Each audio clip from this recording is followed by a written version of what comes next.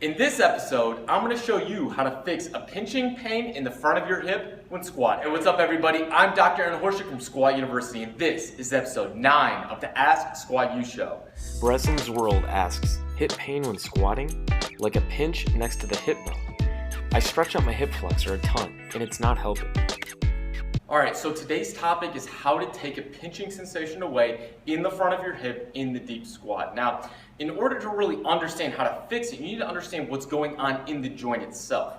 When you go into a squat, your femur is moving in your hip socket. Now, outside, this motion looks like this. It's coming up. That's the motion of flexion. Well, deep inside your hip, your femur is rotating in the socket called the acetabulum. Now, in order to get into a deep squat, your femur has to rotate a good amount. Well, if you feel that pinching sensation, what you're actually feeling is the femur hitting the front of your hip socket called your acetabulum. Now this can be caused by a couple of things. The main issue is stiffness in the hip capsule itself, which is basically the connective tissue that surrounds the actual joint itself. Now, if it happens to enough extent, it can cause sort of bony changes. Basically, you've rammed into the front of your acetabulum so many times, the body eventually develops more bone around that area as a compensation. Now, this can happen on the front of the rim of the acetabulum or on the actual femur itself. This is called a pincer or a cam impingement. This is not good because eventually down the road, it can lead to actually changes in the labrum, like a labrum tear. So we want to be able to improve how your femur moves inside the hip socket in order to take away this pinch. Now, stretching alone will not fix this issue. We have to fix how the joint is actually moving in the capsule itself. And this has to be done with banded joint mobilization. So that's what I'm going to show you today. Specifically, we're going to focus on the posterior and lateral part of the hip capsule, which is often the most stiff area that causes the femur to glide forward early and hit that acetabulum. So let's talk about how to fix it with banded joint mobilizations. So the first way that I'm going to show you to affect the stiff lateral parts of the hip capsule is with a distraction. You need to use a band. Now, you have to use a heavy band because you're actually needing to apply a lot of pressure to get some change in the capsule itself. So what we're going to do is step into a band. You're going to get it up pretty high in your hip joint.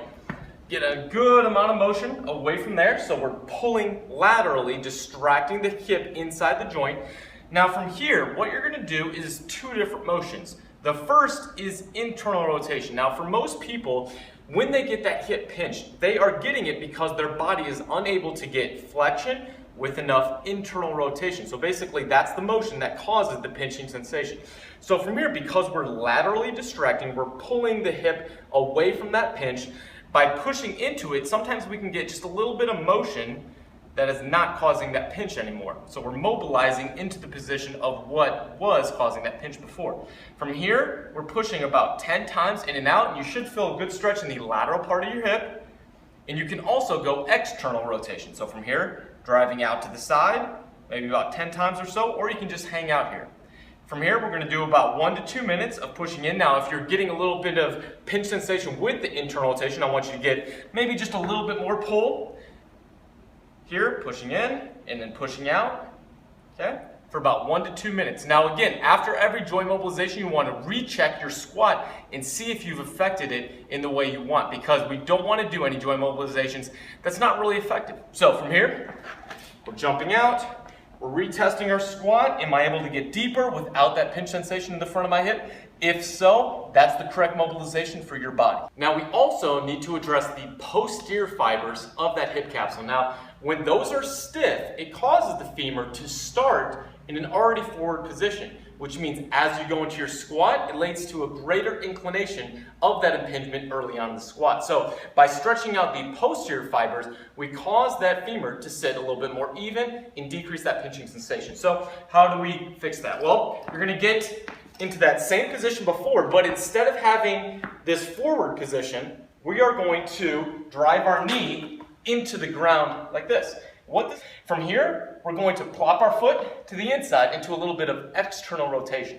Now from here, I can lean to the side, I can just hang out here, and I'm feeling a good stretch in the back of my hip. From here, I'm going to do this for about 1 to 2 minutes. I can also do a little bit of internal rotation, but from here, I'm just going to hang out, feel a good stretch, And then again, recheck my squat and see, can I now get into a little bit of a deeper position with less impingement in my hip? And if so, that's a good mobilization for my body. Okay, so now that we've taken away that pinch sensation in the front of the hip with the proper joint mobilization, we then need to address your squat mechanics. Let me explain. Now, whenever you go into a squat, we get a little bit of a hip hinge, and then you're squatting down. Let's say we're doing a front squat. Now, if you have a very anteriorly tipped pelvis, looks like this. We call that the Instagram model squat. The reason we don't want to do that, besides not getting a ton of likes on our Facebook or Instagram posts, is whenever you tip your pelvis forward, your femur naturally is going to glide a little bit forward in the acetabulum. And as you go into your squat, it can lead to a greater inclination of that hitting in the front of the acetabulum earlier in the motion. So if you're tipped forward and you squat down, if you have that problem, that pinch sensation, you're going to get it here instead of way down at the bottom of the squat. So in order to fix that, we need to stay in more of a braced neutral position. So from here, before you start your squat, you're going to think, brace your core, squeeze your glutes. That's going to create a neutral pelvis or a very, very small extended position. And that's going to center your femur in the acetabulum. I always think, brace your core like Mike Tyson's going to punch you right in the stomach. So there you have it. Question of the day. How long does it take you to warm up prior to your WOD, prior to your training session? Personally, it takes me about 15 to 20 minutes, but I want to know your answer in the comment section below. Hope you guys liked today's Ask Squat You show. If you did, please share it with your friends. Please subscribe to my channel and keep those questions coming. Happy squatting, everyone.